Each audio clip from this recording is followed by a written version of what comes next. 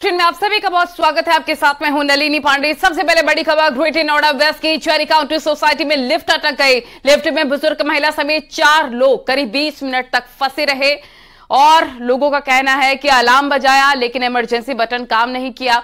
शोर मचाने के बाद सुरक्षाकर्मी और सोसाइटी के लोगों ने लिफ्ट खोलकर सभी को सुरक्षित निकाला है। नहीं वो गिर और जाएंगे। रुको, चेयर मंगा।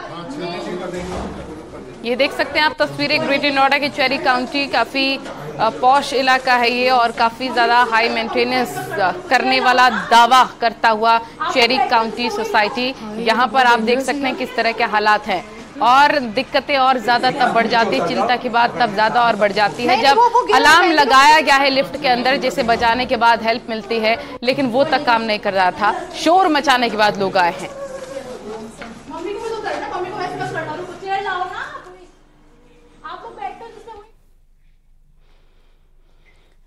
वहीं लखनऊ में न्यापियर रोड स्थित प्राइमरी स्कूल में नमाज पढ़ाए जाने का वीडियो वायरल हुआ है, जिसके बाद हिंदू संगठन के लोगों ने कड़ा एतराज जताया है और स्कूल पहुंचकर हंगामा किया। स्कूल के इंचार्ज मीरा यादव पर बच्चों से नमाज अदा कराने का आरोप लगा है। वीडियो कब का है अभी ये स्पष्ट नहीं। हालांकि बीएसए ने मामले में जांच के आदेश दिए हैं। उसमें इस तरह से कुछ एक्टिविटी दिखाई पड़ी है विद्यालय कैंपस के अंतर्गत।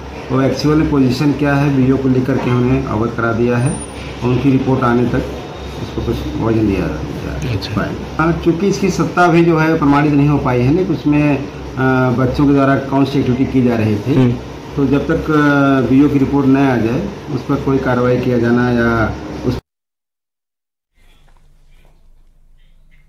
कौशाम्बी में प्रशासन की बड़ी कार्रवाई देखने को मिली है। पूर्व ब्लॉक प्रमुख मोहम्मद सऊद पर एक बड़ा एक्शन हुआ है। गैंगस्टर एक्ट के तहत 19 करोड़ की संपत्ति को कुर्क किया गया। मकान, ईंट भट्टा, प्लॉट, 12 लग्जरी कार कुर्क हुई हैं। डीएम के आदेश पर पुलिस ने यह बड़ी कार्रवाई की है। मोहम्मद सऊद पर 12 से ज्यादा आपराधिक मामले, हत्या के प्रयास, लूट और रंगदारी के मामले दर्ज हैं। थाना संदीपन घाट के लोहरा गांव में यह बड़ी कार्रवाई की गई है।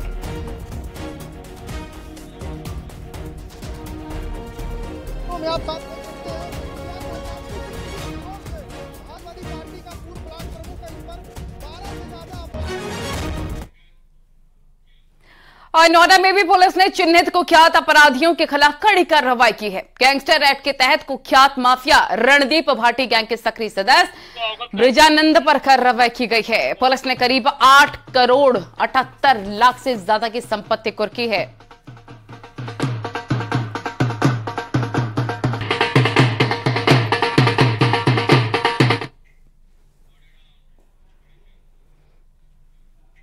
और खबर बुलंदशहर से, जहां पर पुलिस चौकी से चंद कदम की दूरी पर एक कार चोरी हो गई। सीसीटीवी फुटेज के आधार पर चोरों की तलाश की जा रही है और पीड़ित बैंक मैनेजर ने पुलिस से कार चोरी की शिकायत की। मामला थाना नगर कोतवाली क्षेत्र के आवास विकास का है।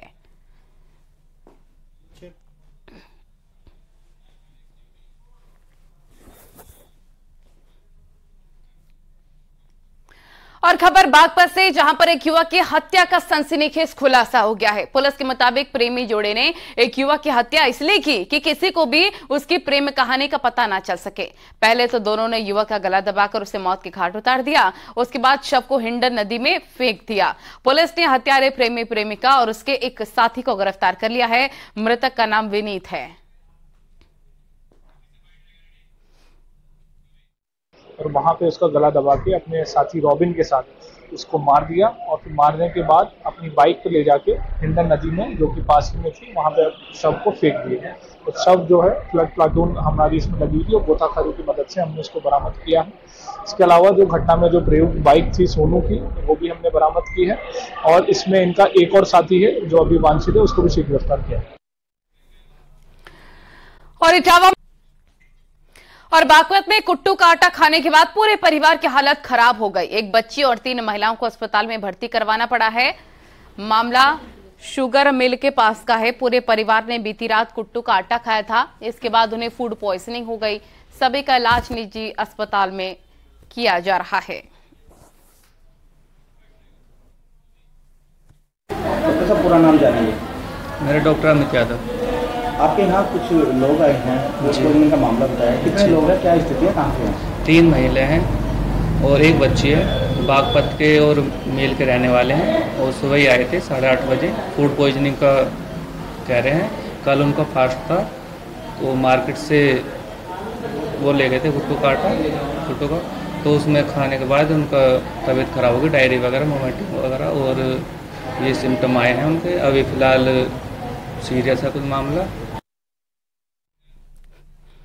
और कानपुर में मिलावटखोरों पर लगाम लगाने के लिए प्रशासन चौकन्ना हो गया है। लिहाजा जिला प्रशासन ने मोबाइल प्रयोगशाला वैन को लॉन्च किया है। इस प्रयोगशाला वैन को जिलाधिकारी ने हरी झंडी दिखाकर रवाना किया।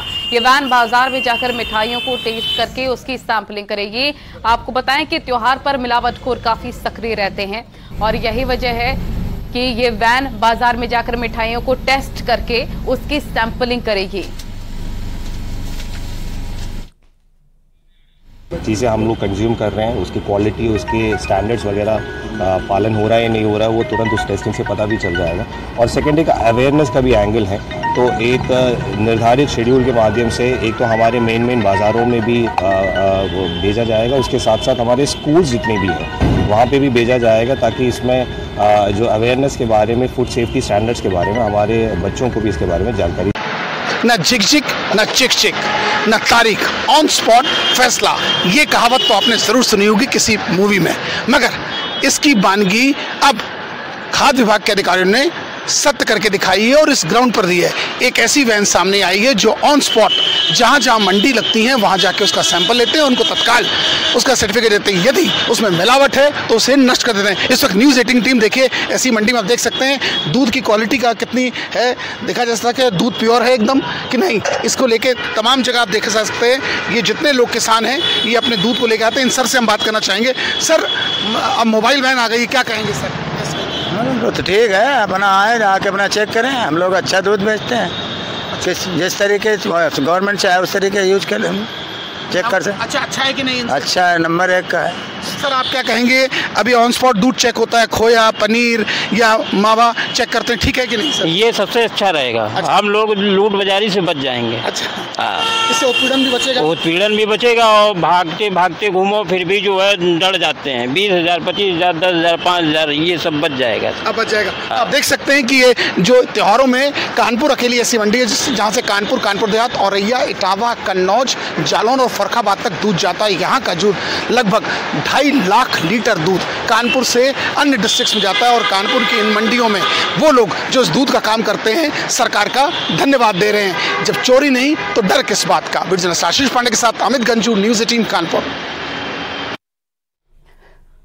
हरदोई में एक भीषण हादसा हो गया है। सड़क हादसे में 3 बाइक सवारों की मौत हो गई है। भैंस खरीदने जा रहे तीनों बाइक सवार बस ने बाइक को टक्कर मार दी। मौके पर भारी पुलिस फोर्स तैनात है। बिलग्राम इलाके के रोशनपुर गांव का ये पूरा मामला बताया जा रहा है।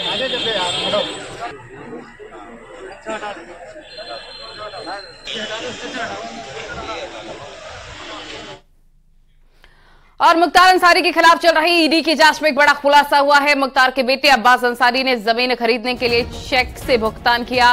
बाद में मुख्तार के साले ने किसान से रुपए नगद वसूल लिए। पुलिस ने जब मुकदमा दर्ज किया तब इस मामले में ईडी की नजर गई। ईडी पहले ही मुख्तार अंसारी के छोटे साले सरजील के खिलाफ कार्रवाई कर चुकी है। ईडी सरजील को मनी लॉन्ड्रिंग के मामले में जेल भेज चुकी है। सरजील इन दिनों लखनऊ जेल में बंद है, जबकि ईडी अब उसके बड़े भाई अनवर शहजाद के खिलाफ कार्रवाई की तैयारी कर रही है।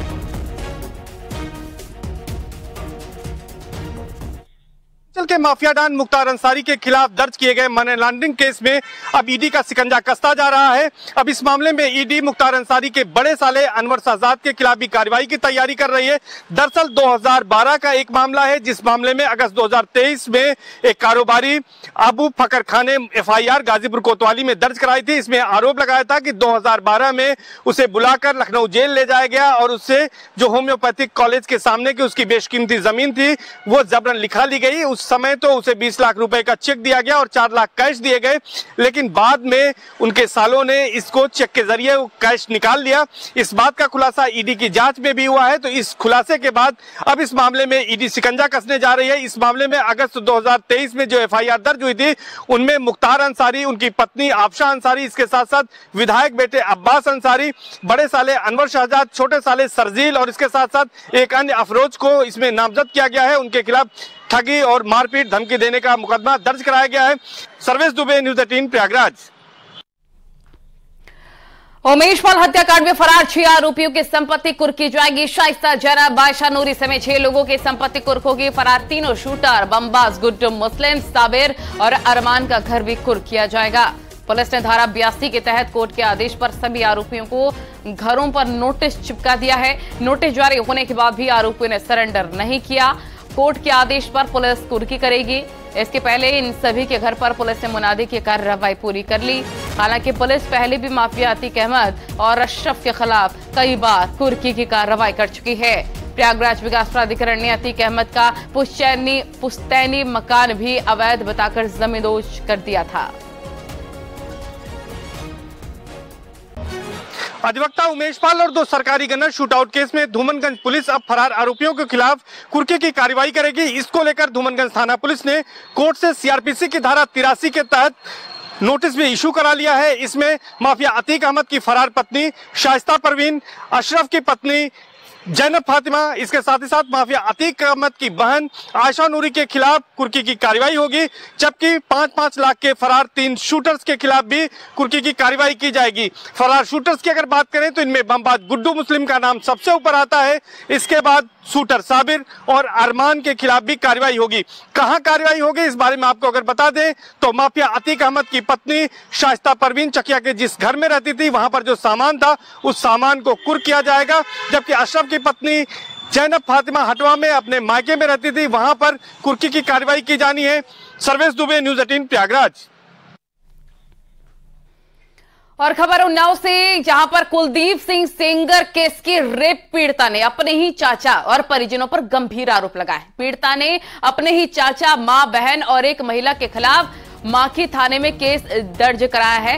पीड़िता का आरोप है कि सरकार और निजी संगठनों की ओर से मिले 1 करोड़ 10 लाख रुपए सहायता राशि को परिवार वालों ने हड़प लिया है। फिलहाल पुलिस ने केस दर्ज कर जांच पड़ताल शुरू कर दी है। आरोप में यह भी कहा गया है कि इन रुपयों को चाचा, मां, बहन मुस्कान, घरेलू महिला मित्र सोनू ने हड़प लिया है। वहीं जब उसने जरूरत पड़ने पर पैसों की मांग की तब से सब मिलकर उसे जान से मारने की धमकी दे रहे हैं। अब पीड़िता ने न्याय की गुहार लगाते हुए सोशल मीडिया पर वीडियो डाला है।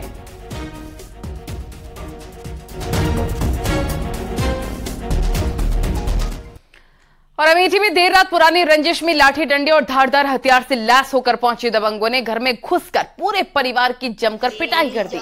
मामला जैस कोतवाली के चौधराना मोहल्ले का बताया जा रहा है।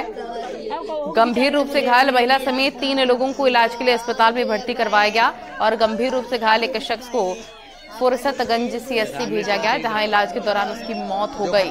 मृतक की पत्नी की तहरीर पर पुलिस ने 5 नामजद आरोपियों के खिलाफ 302 सहित कई गंभीर धाराओं में केस दर्ज किया। पुलिस ने 2 आरोपियों को हिरासत में भी ले लिया है।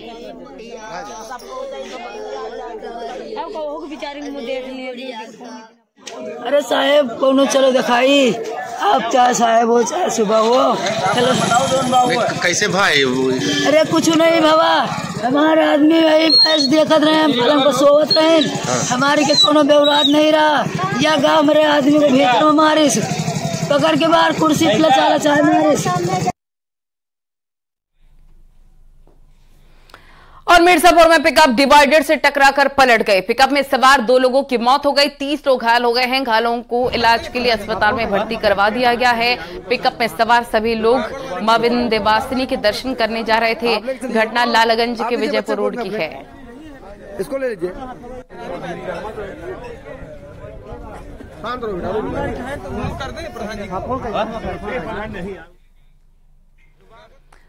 कानपुर देहात के अकबरपुर थाना क्षेत्र के कृपालपुर गांव के ट्रैक्टर की चपेट में मोपेड आने पर 3 लोग घायल हो गए। तीनों घायलों को ग्रामीणों के सहयोग से जिला अस्पताल में भिजवा दिया गया है। पुलिस ने मृतक के शव को कब्जे में लेकर पोस्टमार्टम के लिए भिजवा दिया है। आरोप है नेशनल हाईवे पर ट्रैक्टर उल्टी दिशा में आ रहा था।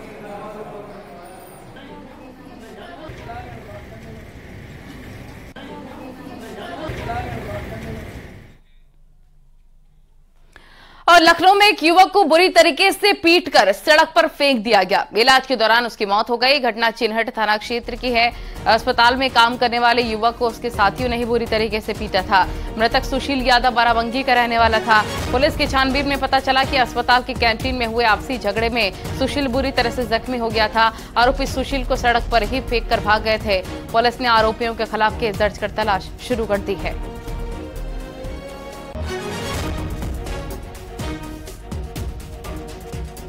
कैंटीन संचालक गिरीश यादव के दो वर्कर हैं, सुशील यादव और सुभाष यादव। इनके बीच में 17 अक्टूबर की रात्रि में झगड़ा हुआ, जिसके कारण से सुशील यादव के सर पे चोट आ गई और उसका इलाज समर्पण हॉस्पिटल में ही हो रहा था।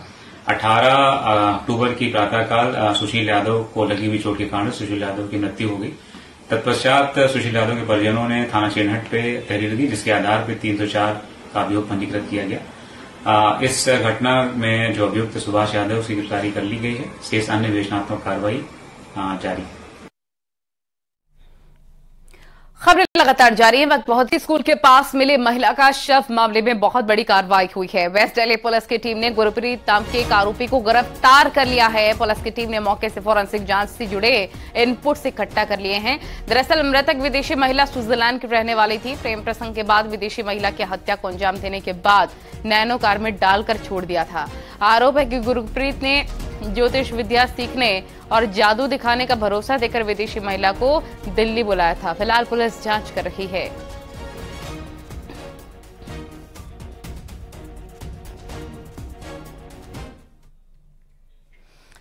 और इन्हीं तमाम खबरों